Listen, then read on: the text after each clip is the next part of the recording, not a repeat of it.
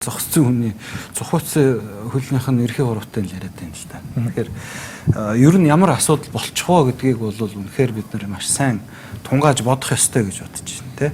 Яагаад гурван улсын удирдлагууд уулзсны дараа энэ асуудал ингэж иргэвэ?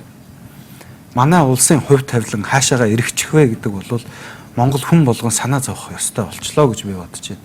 Тэрнээс энэ зүгээр нэг эрдэнэт үйлдвэрийн нэг хувьцааг нэг шудраг гарын хөлсөөрөө $200 сая ингээд олоод авчихсан хинч мэдэхгүй нэг юм Монгол залуу бас байдгийн байна гайхалтай. Тэр нэг тийм хэмжээний хөрөнгөтэй хүнийг бол мэдвэл мэдхээрсэн тийм ээ.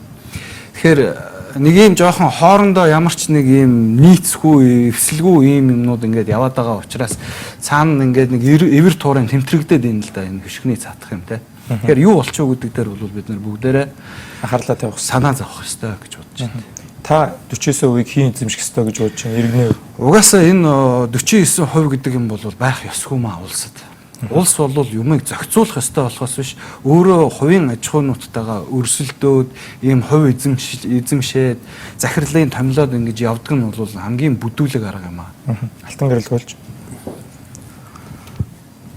нэг л юм хүсэж байна. Би одоо дурчлаад хэлж шít бас энэ хуулийнхаа мэрэгчлэр 10 гаруй жил ажиллаж байгаа хүний хувьд бас гадаад зах зээл дээр явж байгаа энэ хуулийн процессыг ажиглаж байдгийн хувьд бид өнөөдөр нэгэнт хийгдсэн гэж байгаа энэ байгаа процессыг буцаана гих тэмээн дээр ямааны гар зуулж мэднэ. Харамсалтай. Маш харамсалтай. Гэхдээ бид ийм үйл явцыг дахин гаргахгүй байх үүднээс Монголын ард түмэнд бид нар бүгдээрээ оногж болох байсан тэр баялагийг зүгээр үзэгний үзүүр дээр гарын үсэг зурах тэднийхнэр өөр гэрээ хэлцэл рүү шилжүүлж чадсан тэр этгээдүүдтэй хариуцлага тооцохгүйгээр бид нар ерөөсөө нийт хохирлын хэмжээнд 60-70 саяас дээшээ бол 10-аас 15 жил улир хордог хуйлтаа урсан улс мөртлөө энийг зөв зүгээр ингээд өнгөрүүлэх юм бол бид нар цаашаага арчилсан ёсны тухай, хууль ёсны тухай, шудраг ёсны талаар яриад ямар ч хэрэггүй. Тэр дундаа бид тэгш байдлын талаар яриад хэрэггүй. Эндээс хэн хожиж байна, хэнд ашигтай байна гэдэг нэг өнцгөөс тэр бүгд олдно. Эзэн бол тэнд л байгаа. Тов тодорхой. Харин бид дандаа ийм мал шиг ингээд өнгөрөх юм уу? Бид хуулиа дандаа ингэж гიშгүүлэх юм уу гэдэг ийм л асуулттай байж байна. За баярлалаа. Эрдэнэчмын даргын хувьд хэн эзэмших ёстой гэж байна? Энэ ер нь би ч гэлтгүй манай Монгол Ардын Явсгалт нам бол энэ байгалийн баялаг ашигт малтмал ард түмнийхөө төлөө үйлчлэх ёстой ард түмэн одоо эзэмших ёстой гэж үздэг шүү дээ. 5 толгойг бол бүх ард түмэл эзэмших ёстой. Оюутлогоон одоо тэр 34% мөв ч гэсэн одоо ингэж явж байгаад нэг өдөр одоо нөгөөдөл нь танах давуу ирэхээр аваа, хямдхан аваа гэдэг маягийн гэрээ хийгээд өрөөд ирдэг. Дундаас нэг нь хусчих юм байна л да одоо тий. Нөгөөдөлтийн дийл хийж яваад тэгээд одоо ингэхгүй нэг ч. Тэгэхээр энэ би бол зүгээр Монгол улсын төр эзэмших систем аа. Ингээ зарим хүн одоо дэндүү либерал юм яриад байгаа. Одоо би чинь мөнхөр Батөр хөлтөө ч юм сал нийлэхгүй л тэр нөгөө либерал зах зээлтэй Америк чинь, Герман чинь тий, Европын холбоо чинь тэр чигтээ одоо төрийн өмчөд тэр том аж ахуй нэгжүүд нь байна штэ. Дийлэх хувьд нь байгаад байна. Тэ би ягаад бол яг тэр тоо бүртгэлтэй номыг Монгол руу орчуулсан учраас мэдээд байна л. Ахаад тийм штэ. Герман гэдэг улс чинь бүх одоо нүүрсээ ихэд нүүрс бол стратеги ач холбогдолтой юмаа гэж зарлчих. Бүр тэр том жижиг ордгүйгээр. Тэ манайх бол зөвхөн том ордуудаас орчилж байгаа штэ тий. Тэгээд стратеги ажил. Герман гэхэд манай Германы бүх нүүрсний орд бол стратеги ач холбогдолтойг зарлцсан баг шин. Өөр үгээр болохоос биш бүх улс орон энэ дээр ганцхан анхаарч байгаа. За орд гэхээр яг за баярлалаа. Энэ эрдэнэт үйлдвэрийн айлталт юу явж байгаа гэхээр одоо шин технологи биш байхгүй. Энэ өөрөө цааталтаа орд, газар тэгээд дээрэс нь нийгмийн байгуул энэ ч бүр арт түмэн эргэж байгаа байхгүй. Тэр эрдэнэтэд очиж байгаа амьдарч байгаа 100 мянган хүний ажиллаж байгаа амьдарч байгаа 3 сая хүн. Тэ? Тэгэхээр энэ дээр бол бид нар бүр ордоос том юм яриад байгаа байхгүй. За баярлалаа. Тэгэхээр энэ бол засгийн газар авах та. Би нэг юм анхаарчлаарай. За цаг одоо маш бага та сая 3000 хариуллаа. Засгийн газар шүү дээ. Гив гинтхэн $400 сая тараацсан байхгүй юу? Яг энэ чинь ерөөсөө шийдээгүй байж байгаа. Бүх хүн 5-ын ордын 300 мянган төгрөг авчуулна гэж хэлээ. За баярлалаа. Авах сонирхолгүй мөнгө дууссан гэж хэлж байгаа дараа бид нар тийм бусад оролцогчдоо цаг гаргаж өгөх ёстой. Тэгэхээр энх хоёр гишүүний хувьд энэ орд 49%-ийг хий эзэмших ёстой таны бодлоор.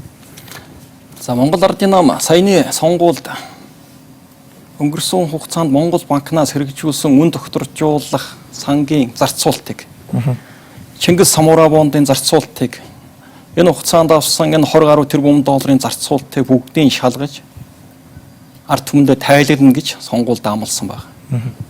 Энэ хүрээнд л энэ асуудал орно. Хэрвээ энэ асуудлыг ард түмэндээ тайлгнахгүй бол Монгол Ардын намын сонгуульд орсон нөгөө амлалт олон түмэнд түлээсэн тэр хүлээлтэнд хариу өгч чадахгүй.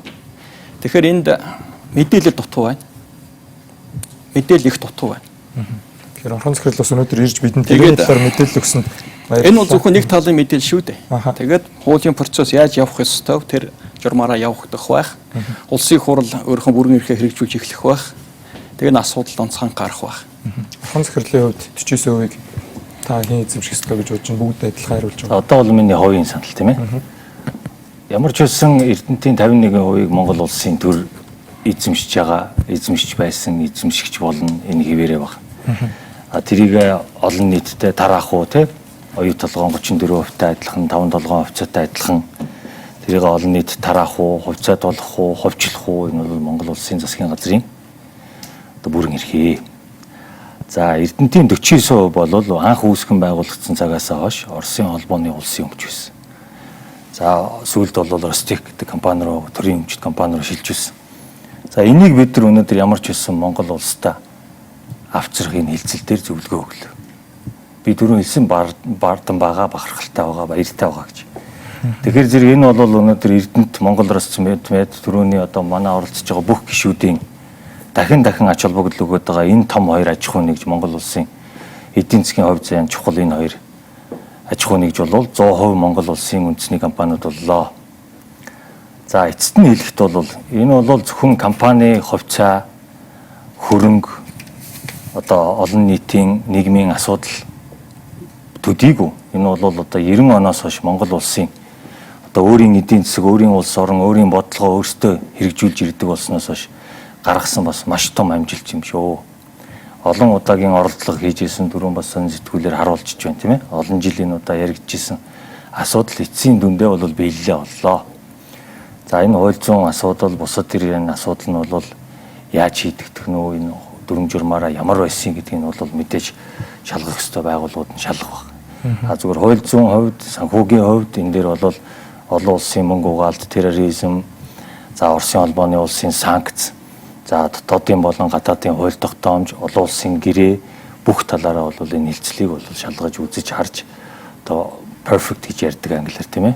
Хамгийн сайн зөв хилцэл болсон л гэж бид түгэнж. Монголчууд л мдэггүй юм байна тийм. Ер нь бол бусд нь бол бус талаараа бол шаардлагыг хангасан. Дэлхийн нийтээрээ сая бүгдээрээ зэрэг мэдлээ шүү дээ. Хэвлэлийн мэдээлэл гараалт.